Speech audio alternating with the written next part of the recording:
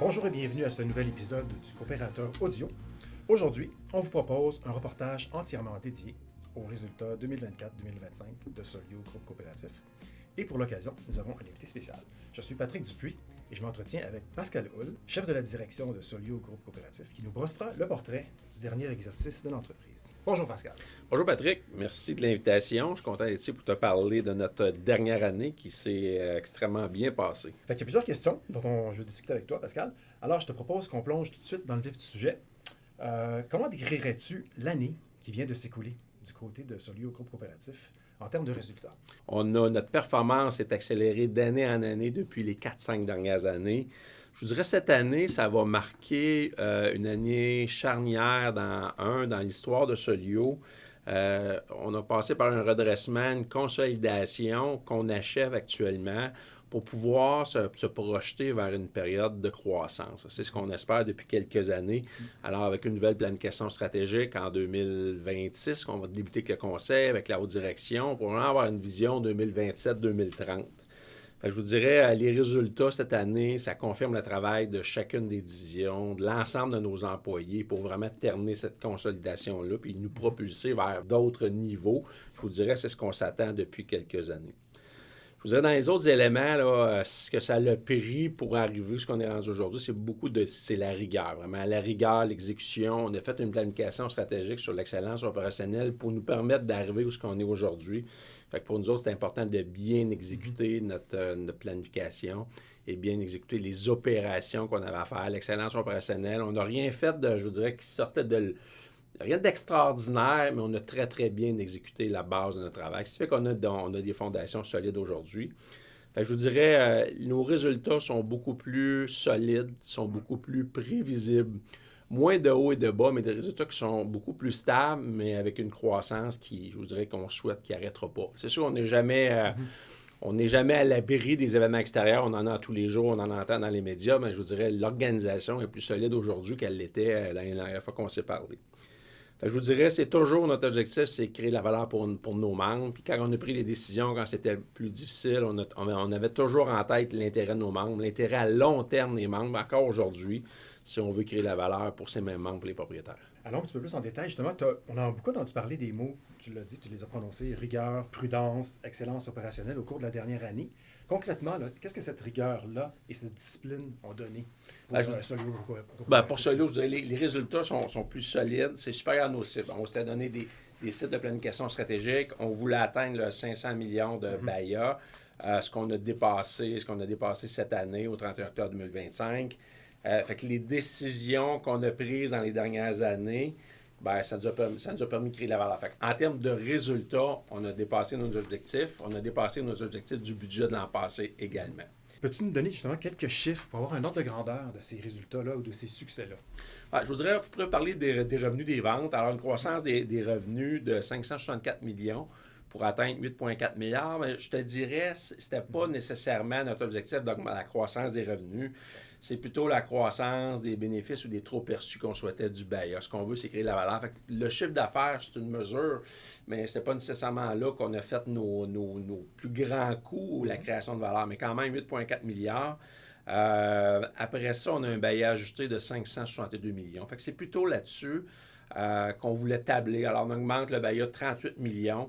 Je vous dirais, quand je parlais d'exécution, la qualité d'exécution, c'est ce qui nous a permis, sans augmenter le chiffre d'affaires de beaucoup, de créer plus de valeur pour atteindre un BAIA de 562 millions. Je vous dirais, chacune des divisions a contribué à cette lancée-là, à l'amélioration du BAIA. L'ensemble des équipes, l'ensemble du réseau des coopératives, de chacune de nos divisions. Mais on a aussi travaillé sur notre bilan. Comme on l'a dit à la tournée du président il y a quelques semaines, oui, on présente des résultats intéressants.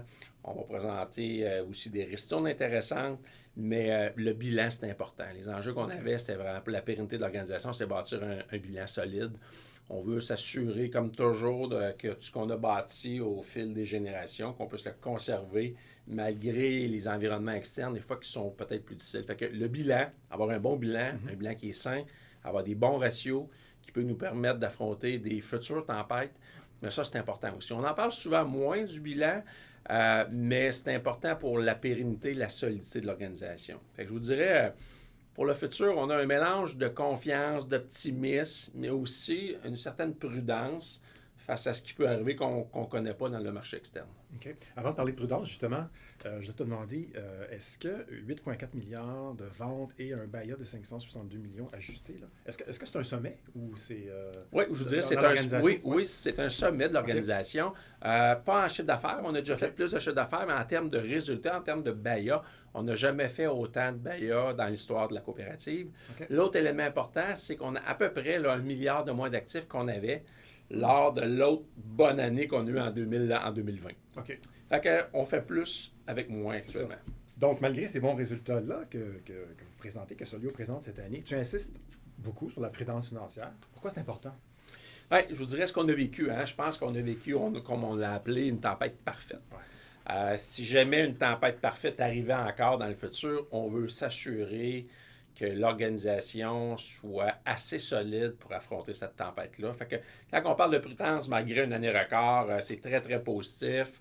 Puis le message qu'on lance, c'est demeurons prudents malgré tout, demeurons stratégiques. Puis je pense que puis dans la prochaine planification stratégique, elle sera également ordonnée, coordonnée avec l'ensemble des divisions, conseil d'administration, pour que la prochaine croissance se fasse de façon quand même prudente, même si on parle de croissance.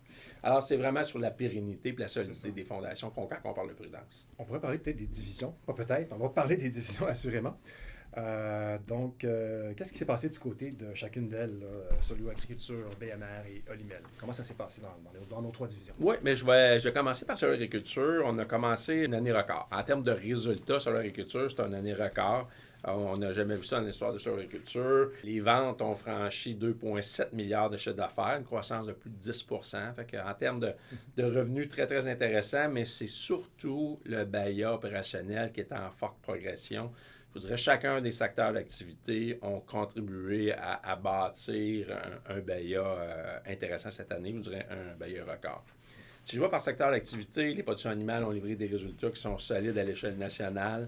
Je vous dirais principalement dans le secteur avicole.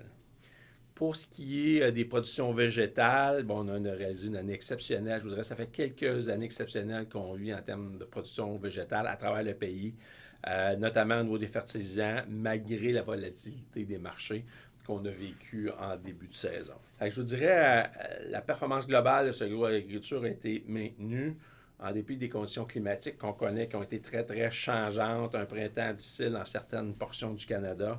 Fait que, je vous dirais, ça a été variable selon les régions, mais malgré la variabilité des conditions climatiques, ça nous a donné des résultats intéressants en production végétale. Pour ce qui est de la gestion des approvisionnements, ça a été ajusté concernant l'instabilité des marchés. On a développé une expertise avec le temps, principalement au niveau des semences, des fertilisants. On est un joueur important canadien et on a développé l'expertise que, malgré la volatilité, on réussit à tirer notre épingle du jeu puis à avoir une belle visibilité, puis à avoir aussi une structure dans nos approvisionnements. Fait que ça, c'est très, très, très important. Alors, je vous dirais, c'est les points marquants au niveau de Solio Agriculture, mais retenons que c'est une année record au niveau de Solio Agriculture cette année. Pour ce qui est de BMR, BMR a fait preuve d'une grande capacité d'adaptation dans un contexte qui était un peu plus difficile. On parle de reprise des mises en chantier depuis quelques années. Là, on a vécu des années exceptionnelles dans le COVID, mais je vous dirais, les mises en chantier, malgré qu'on a besoin de logements criants à travers le Canada, bien, ils ne s'en bâtissent pas tant que ça. La reprise, on l'attend toujours. Fait que malgré une reprise qui est très, très lente, un contexte économique un peu plus difficile, BMR a su tirer son épingle du jeu également. On parle des ventes qui ont atteint 968 millions. Alors, ça atteint les ventes qu'on avait prévues dans nos budgets. Le réseau gagne des marchands de plus en plus. Je vous dirais, notre stratégie, c'est d'intéresser les marchands de la compétition à joindre une bannière québécoise dans laquelle les décisions sont prises ici et on demeure toujours près des marchands. Fait que je dirais quand on rencontre des marchands de la compétition, c'est la proximité.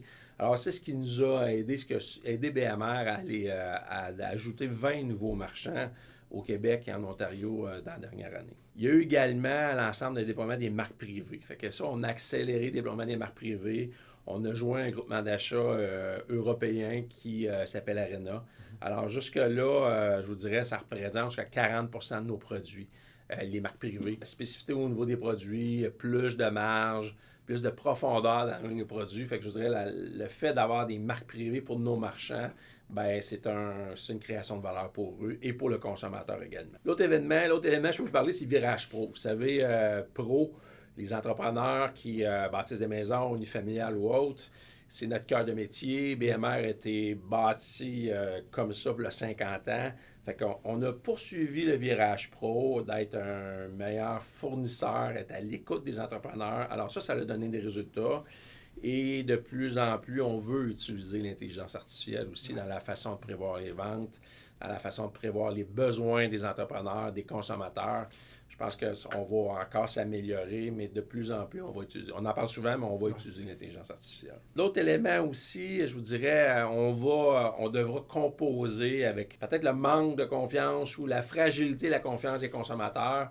On n'est pas dans les plus grandes années de consommation et au détail dans la construction, comme je vous disais.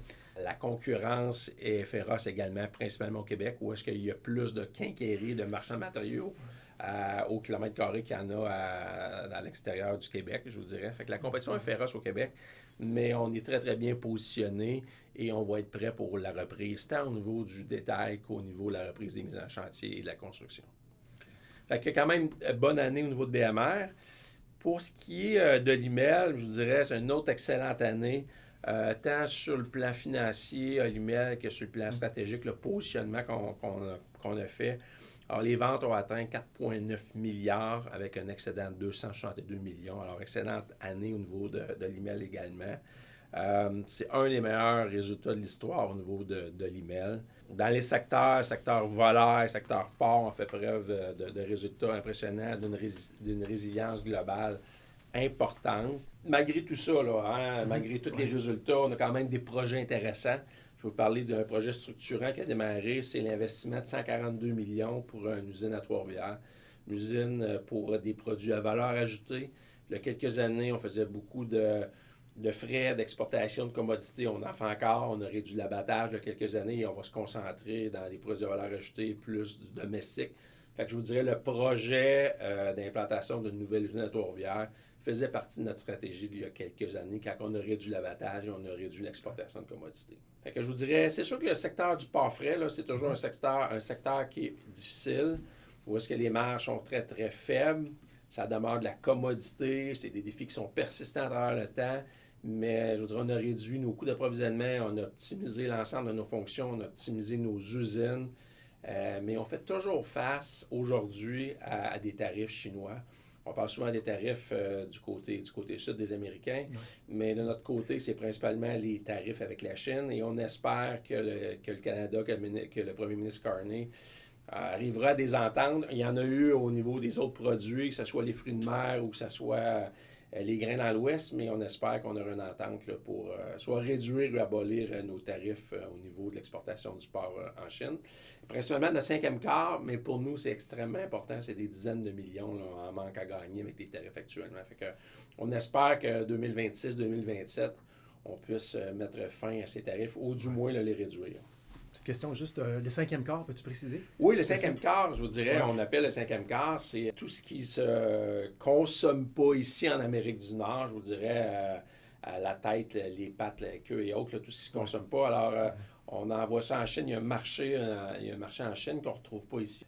Si on ne vend pas ces produits-là en Chine, ben, on envoie ces produits-là à l'équarrissage ou chez Sanimax et autres qui nous causent des manques à gagner. Là. Fait que le marché de la Chine est extrêmement important, principalement pour le 5e quart pour nous. Si je parle un petit peu de volaille, parce que c'est quand même un secteur important pour nous, je vous dirais, ça a connu une année extrêmement importante, une croissance. Les consommateurs sont friands de volaille actuellement. On est en croissance en termes de volume également. Notre chaîne d'approvisionnement est beaucoup plus efficace. On a des nouveaux clients. Fait que je vous dirais notre grande agilité opérationnelle, notre efficacité également à mettre en produit de valeur ajoutée nous a amené des nouveaux marchés. Fait que je vous dirais qu'Alimel, tant dans le parc, dans le volaille, termine une année qui était très, très productive, efficace. Et également, on a des perspectives à long terme de croissance dans l'ensemble des secteurs d'activité qui sont très, très intéressantes.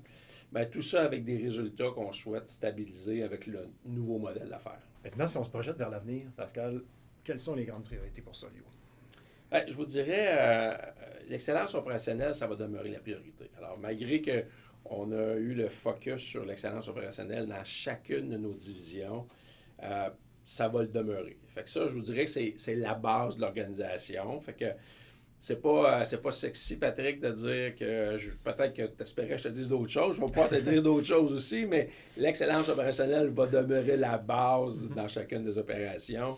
On a voulu se dégager une marge de manœuvre pour investir. Je vous parlais de bilan, mais également, on va parler de croissance dans le futur. Fait que j'aborde l'avenir avec, on va faire croître l'organisation, toujours en ayant en tête les membres, les propriétaires, quel genre de services, quel genre de produits à valeur ajoutée on pourrait servir pour les membres. On va travailler avec l'ensemble du réseau des coopératives. On a des enjeux dans chacun des secteurs d'activité, nos modèles d'affaires agricoles avec les coopératives. Fait que je vous dirais, on a encore du travail pour créer de la valeur pour ces membres-là, mais on va créer de la valeur. Quand on dit qu'on va parler de croissance, des fois, ce n'est pas toujours des acquisitions. On peut investir pour être plus efficace dans nos activités actuelles, dans nos usines, entre autres chez Lumel. On va utiliser et investir l'intelligence artificielle dans chacun des secteurs d'activité. On a plusieurs projets. Un, pour être meilleur, effectivement, créer plus de valeur, avoir plus de rentabilité, plus de pérennité. Fait que c'est un peu ce qui va guider notre planification stratégique là, également. Et on va mettre aussi l'accent sur la relève. On en parle peut-être pas assez souvent, là, mais on parle de relève agricole qui est extrêmement important pour nous. On va parler également de relève dans chacun de nos secteurs d'activité, de relève de réseau. Fait qu'on veut s'assurer, parce que c'est important de parler de la solidité financière, mais si on veut assurer la pérennité, la qualité des talents vont aussi nous aider à atteindre cette stabilité et la pérennité. Fait qu'on va mettre l'accent sur la qualité des talents qui va nous entourer dans l'ensemble du grand réseau Coop. Excellent. Et pour conclure cet entretien, Pascal, quel message, tu en as parlé un peu déjà, mais si on résume, quel message souhaites-tu adresser aux membres et aux employés de Solio? Bonne question. Je te dirais la reconnaissance profonde des membres. Je vous dirais des membres dont la confiance, l'engagement sont toujours à l'origine des résultats. Puis on le répétera jamais assez. On est là pour les membres. On est là grâce aux membres. Fait que je vous dirais, mon premier mot, c'est la reconnaissance et le remerciement pour la confiance des membres, qui a toujours été là dans nos périodes plus difficiles, bien encore aujourd'hui, dans la transformation qu'on a faite dans chacun des secteurs d'activité. Nos membres nous ont toujours appuyés. Fait que ça, c'est important. Également, celui du travail des coopératives, qui nous ont supportés également, les conseils d'administration, la haute direction de chacune des coopératives, qui nous ont supportés, tout ça pour toutes les divisions. Mais aussi le travail des gens, le travail de nos employés, le travail de l'humain derrière les chiffres. On parle de bons résultats, puis j'ai la chance de venir vous parler, mais c'est chacun de nos employés, des hommes, des femmes, qui ont fait qu'on est en mesure de présenter des résultats qui sont solides, assurer une pérennité dans des contextes qui ne sont pas toujours faciles. Fait que j'ai le beau rôle aujourd'hui, mais pensons à la collectivité de nos employés et du réseau qui font qu'on est là aujourd'hui. Fait que ça, c'est important de le mentionner. Et également, sans oublier la force de la coopération. La force de notre modèle, on a passé à travers la tempête très, très bien, je vous dirais. Ça va nous permettre de traverser les cycles. Fait que notre modèle d'affaires, notre façon de prendre les décisions, notre transparence, le travail qu'on fait, les décisions qu'on prend en consensus, en conseil d'administration également, avec le réseau, ça nous permet de créer plus de richesse et d'être plus périn peut-être que nos compétiteurs. Parfait. Merci beaucoup, Pascal. C'est ce qui conclut cet entretien du coopérateur audio. Merci encore une fois. Merci. Et donc, pour d'autres informations, d'autres épisodes, suivez-nous sur vos plateformes préférées. Et si vous souhaitez, laissez-nous un commentaire. C'était Patrick Dupuis et je vous dis à la prochaine.